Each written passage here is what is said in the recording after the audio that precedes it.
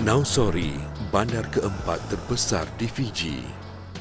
Ia terletak kira-kira 19 km dari Suva, ibu negara Fiji.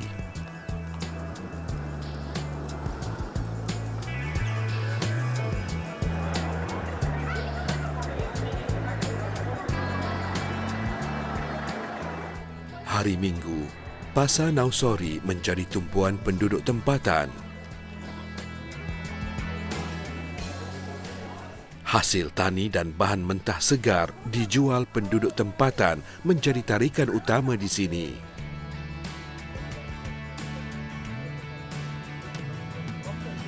Saya kini berada di Municipal Market Nausori, satu-satunya pasar utama di sini. Dan saya perhatikan pada hari Sabtu merupakan hari yang sibuk untuk masyarakat Fiji di sini. Mereka datang ke pasar untuk membeli pelbagai bahan makanan, tak kira kering atau basah.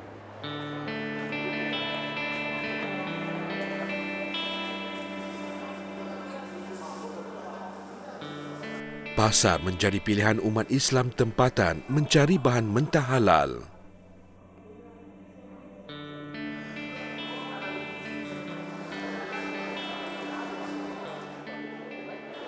Oh, this is fresh. Fresh from the farm. It's $5 for 3, yeah? It's a heap. For three. 3 a heap is $5. One of the traditional food, yeah? Inilah dalo, makanan ruji masyarakat Fiji di sini. Dan mereka jual satu bumbu ni adalah lebih kurang $5.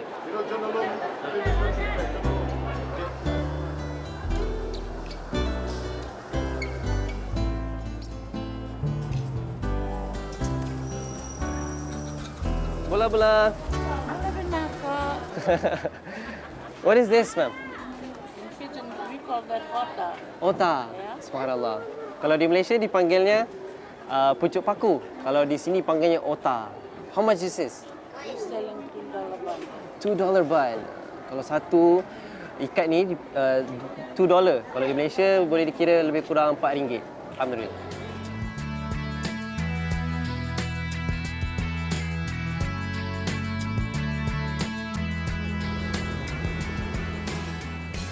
Sementara di Suva, ibu negara Fiji, bahan mentah halal juga terdapat di pasarnya seperti ikan-ikan segar dari Lautan Pasifik.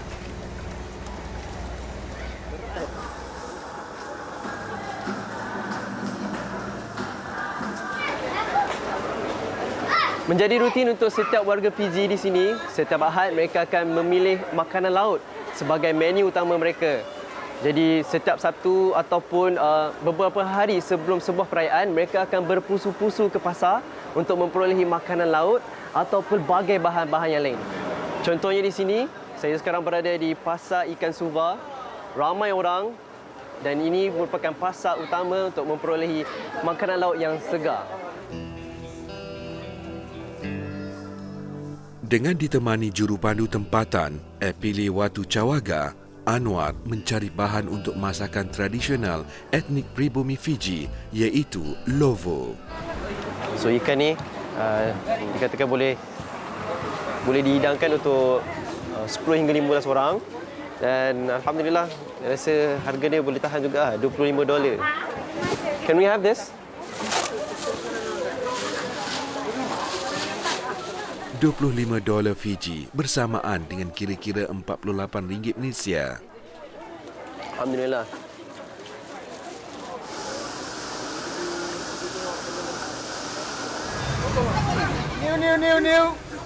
New bu. $6, $5. Beberapa bahan mentah halal boleh diperolehi di pasar, tetapi bagaimana pula umat Islam Fiji mendapatkan bekalan daging halal?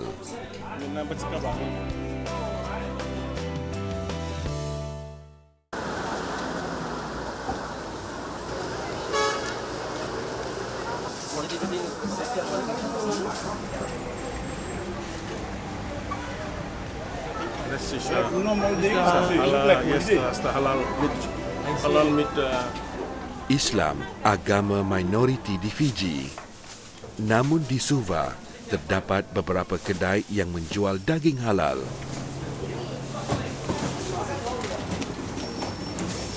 Ini sistem dia macam dah cukup terbaik lah. Mereka sediakan satu carta yang menunjukkan harga dengan ayam sebesar mana kita boleh pilih. So ini kod dia adalah 10 dan bernilai lebih kurang $10. Kewujudan kedai halal amat membantu saudara Muslim untuk memenuhi keperluan mereka. Ada antara produk dijual memiliki tanda halal diiktiraf Persatuan Islam Fiji Muslim League. Namun, dari manakah sumber asal daging di Fiji? One of the great things that the market has realized that even though we are only 6%, we're meat eaters. The two major chicken producers, which is Crest Chicken and Rooster Chicken, they both are absolutely halal because we certify the halal people. Then on top of that, all the abattoirs, the two main abattoirs are halal.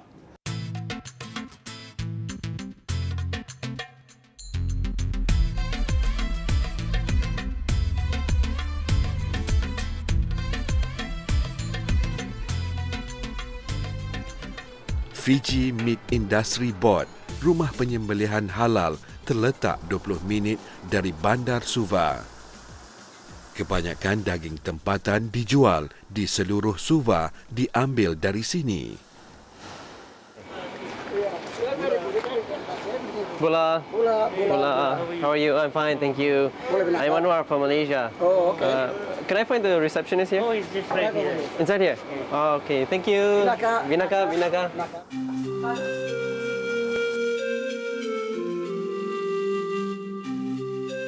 Salish Chandra, penyelia rumah penyembelihan.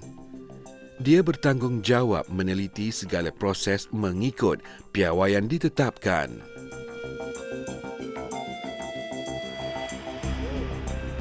Setiap tahun, wakil Fiji Muslim League akan melawat tempat ini untuk membuat pemeriksaan rapi. This is the abattoir which is halal certified by Fiji Muslim League. As you can see, there is a certification on top. Annually it is inspected and then a certificate is issued to us for halal accreditation because all the slaughters that are done in the abattoir are halal certified.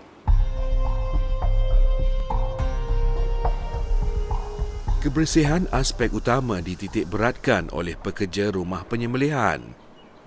Ia bertujuan untuk menepati kriteria halal.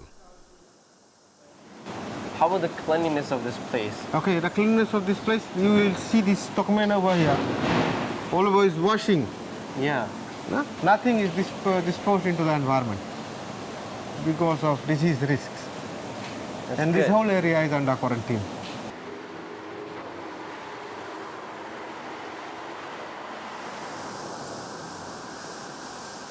Fiji Meat Industry Board membekalkan hampir 700 ekor lembu setahun. Jumlah itu berubah mengikut permintaan semasa dengan rekod tertinggi sebanyak 1,700 ekor lembu setahun.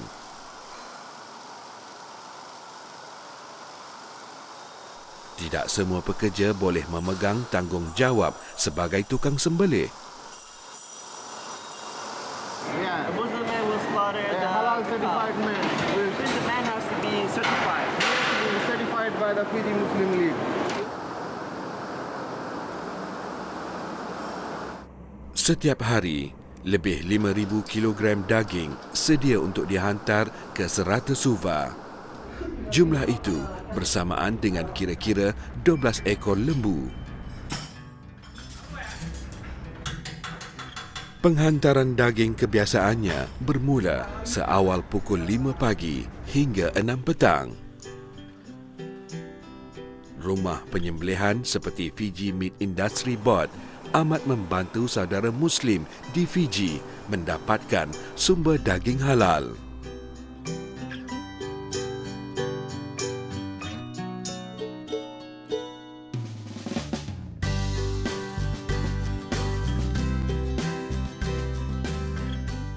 Bekalan daging halal memudahkan komuniti Islam mengadakan majlis keramaian.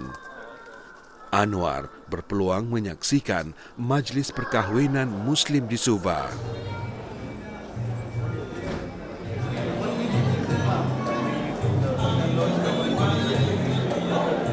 Pengantin lelaki Muhammad Tabriz, pemuda berketurunan Indo-Fiji.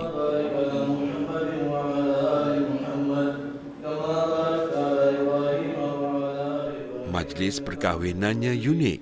Tetamu dan pengantin wanita dipisahkan oleh tirai berwarna putih.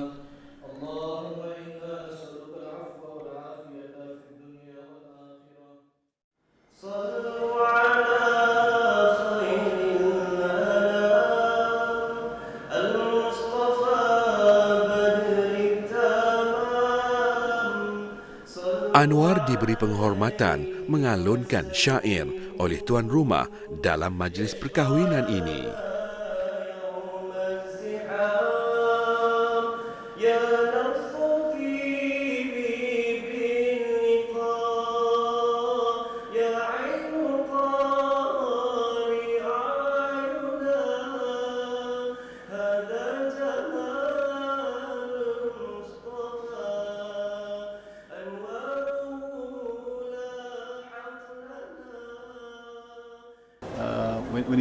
When he was saying the nasheed on the mic, alhamdulillah, was really nice. I could see people were pin drop silence, and everybody was listening to that, because in Fiji, very hardly you'll find people reading Nazam in Arabic, because our language is in Urdu, so we speak Urdu and our MC speaks in English, but Arabic very hardly you find. Ketika menunggu hidangan, Anwar bertemu seorang pemuda berasal dari Papua Nugini. Menjadi jodoh, kebetulan jumpa anak buah kepada saudara Hamzah yang membawa kita sepanjang perjalanan di Papua Nugini. Bertemu anak buah dekat sini. Masya Allah. Muhammad Usman Dimbole menerima peluang belajar di sini menerusi tajaan Fiji Muslim League. Assalamualaikum. A'udzu billahi minasy syaithanir rajim. Bismillahirrahmanirrahim. Wadh-dhariyati dharwa. Kini, Usman sedang menghabiskan pengajian di universiti yang berbaki lagi 3 tahun. Al-muqassimati amrah, innama tu'aduna lasadiqah, wa inna dina lawaqi'. Sadaqallahu maulana al-azim.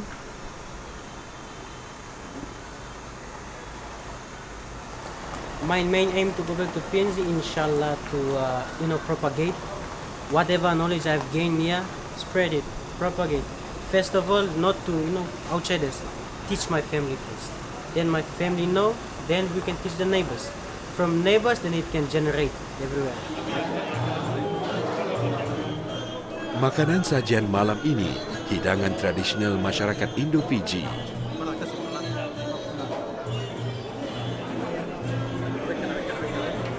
Seperti kita tahu, memang makanan rasmi kalau ada apa-apa sembarang upacara, makanan ni apa? Palau.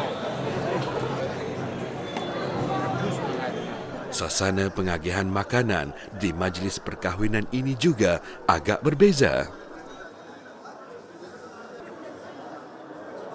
Tadi sebenarnya nak pergi mengambil makanan, tetapi alhamdulillah di sini saya dapati di Fiji, masya-Allah, mereka mengamalkan iaitu khidmat. Mereka ada yang orang untuk memberi makanan. Jadi kita tunggu je lah. Kita tunggu, so dia akan datang. Bagi nasi ke, bagi air ke, bagi macam-macam. Alright, thank you. Alhamdulillah.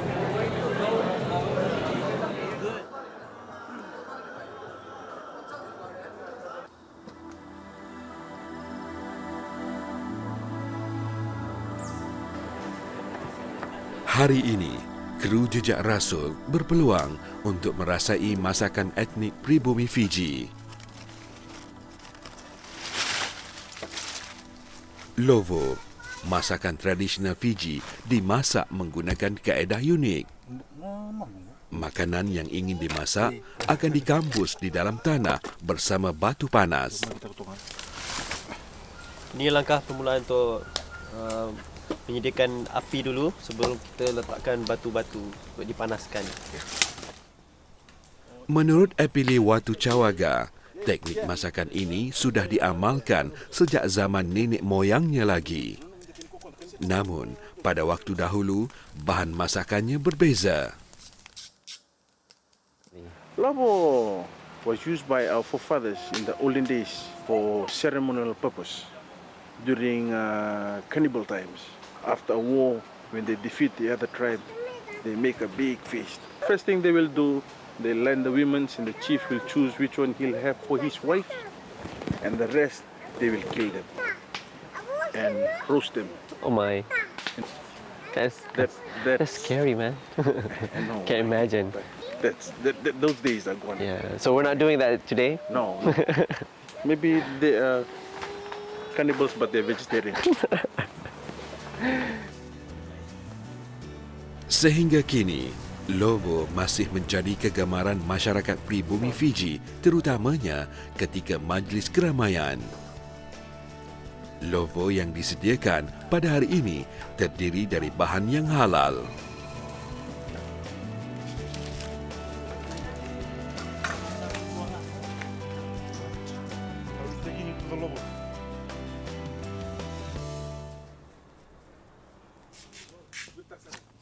Perubahan cuaca dunia dan peredaran masa mempengaruhi kaedah masakan Lovo.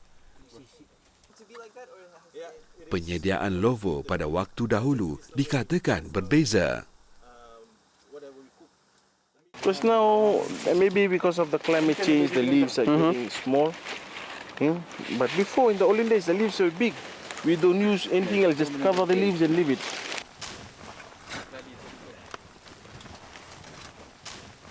Menurut Epili, kebiasaannya Lovo akan siap dimasak dalam jangka masa 2 ke 3 jam.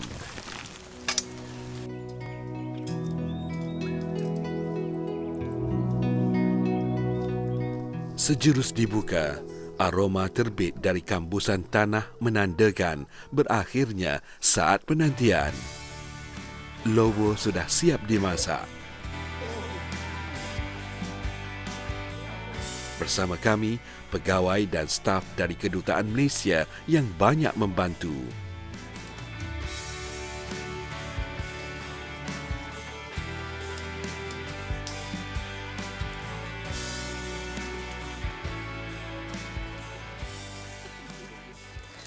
Masya Allah. Ni dia. Ayam Lovo dah siap masak.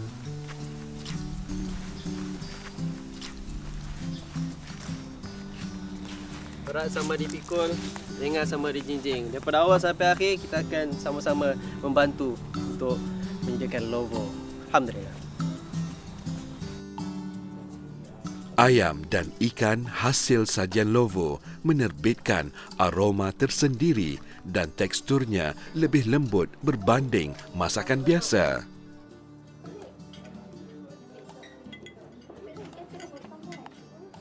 Bagi pegawai Suruhanjaya Tinggi Malaysia di Fiji, Encik Hamizan Hashim, ini pengalaman pertamanya merasai Lovo. Brother, please come. Let's eat together. Anwar, my brother, Yeah. in our custom, since we are hosting in the kitchen, we will cook, but we won't eat. Really? Yes. It's a respect that we show. Masya Allah. Saudara Epili dia kata, biasanya kalau siapa yang memasak, dia akan membiarkan tetamu dia makan terlebih dahulu, memuliakan tetamu dia. Allahu Akbar. Menikmati Lovo halal menimbulkan rasa syukur betapa mudahnya beroleh makanan halal di Fiji, meskipun jumlah umat Islam di negara ini hanya 6%.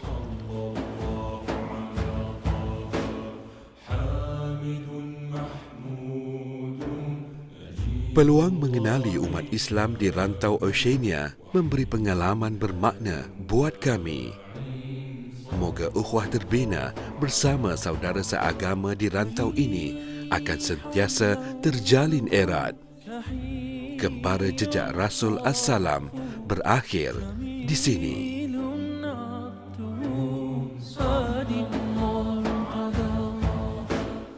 طري وجهه بهي شكله عظيم طه المجتبى رحيم